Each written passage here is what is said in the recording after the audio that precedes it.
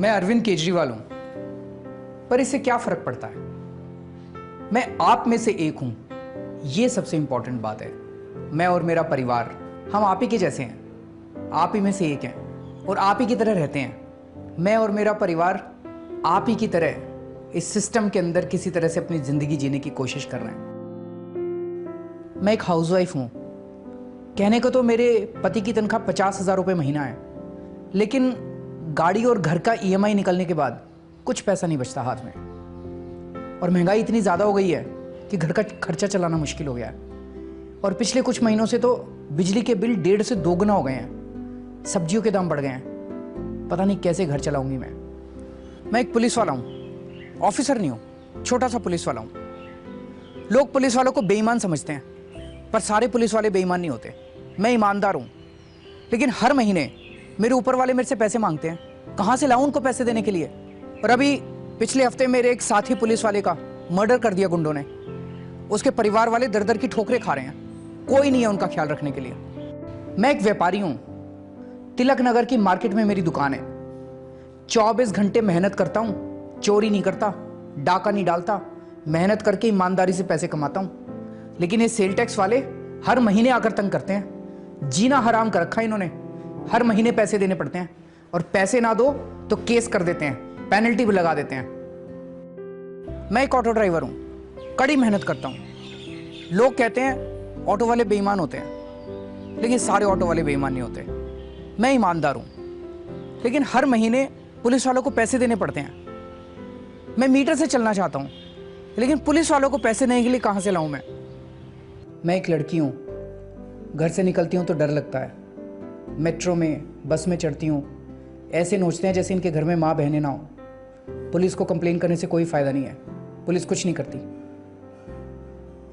इन सभी समस्याओं को मैंने आप सब लोगों के साथ जिया है, पर मैं आशावादी हूं। मुझे उम्मीद है कि एक दिन ये सब कुछ जरूर बदलेगा। एक बार ये सब पहले भी तो बदला था, चाहे 49 दिन के लिए बदला था, पर काफी सुधार हुआ था। धीरे धीरे व्यवस्था बदलने लगी थी, और वो सब आपने बदला था। आपकी आवाज ने बदला था, आपके वोट ने बदला था। यकीन नहीं होता कि वो सब हो सकता था। बिल्कुल एक सपने जैसा था, बिल्कुल असंभव सा था। लोग कहते हैं इस देश में महंगाई कम नहीं हो सकती, लेकिन उन 49 दिन में तो महंगाई कम हुई थी। लोग कहते हैं बिजली पानी के रेट कम नहीं हो सकते, पर उन 49 दिनों में तो बिजली पानी के रेट कम हुए थे। बिजली के बिल आधे हो गए थे, पानी फ्री में मिलने लगा था। भारत जैसे देश में भ्रष्टाचार कम हो सकता है, यकीन ही नहीं होता। लेकिन उन 49 दिनों में भ्रष्टाचार भी कम किया था हम लोगों ने। कभी सोचा है कि पुलिस वाले पैसे लेना बंद कर देंगे? लेकिन उन 49 दिनों में पुलिस वालों ने पैसे लेने बंद कर दिए थे। आज अगर आप मकान बनवाओ तो नगर निगम वाले, MCD वाले हर लैंटर्न के हिसाब से रिश्वत लेने पहुंच जाते हैं। उन 49 दिनों में नगर निगम वालों ने पैसे लेने बंद कर दिए थे। ये कैसे संभव हुआ? ये आपके वोट और आपके सहयोग से ये चमत्कार हुआ। आप लोगों ने स्टिंग ऑपरेशन करने चालू किए थे, इसलिए भ्रष्टाचार कम हुआ था। देखिए, सीधी सी बात है, भ्रष्टाचार कम कर दो, रिश्वतखोरी कम कर दो, घोटाले कम कर दो, महंगाई अपने आप कम हो जाएगी। क्या वो 49 दिन वापस लौट सकते हैं? क्या वो 49 दिन 5 साल बन सकते हैं? वो 49 दिन परमानेंट नहीं बन सकते क्या? हो सकता है, बिल्कुल हो सकता है, लेकिन इसे आप ही कर सकते हैं। पिछली बार आप लोगों ने भ्रष्टाचार के खिलाफ एक ईमानदार पार्टी को वोट दिया था। आपके वोट की वजह से वो 49 दिन का चमत्कार हुआ था। 49 दिन के बाद मैंने इस्तीफा दे दिया, और मेरे इस्तीफा देने की वजह से आप नाराज हो गए, बहुत नाराज हो गए। मैं मानता हूं मेरी गलती थी, मुझे इस्तीफा नहीं देना चाहिए था, और इसके लिए कई बार मैं अपनी गलती की माफी भी मांग चुका हूं। लेकिन कभी आपने सोचा कि मैंने इस्तीफा क्यों दिया था? कभी आपने सोचा है कि मैं किन हालातों में काम कर रहा था? उसे समझना बहुत जरूरी है। आपने पिछली बार हमें वोट तो दिया, लेकिन थोड़ी कमी रह गई।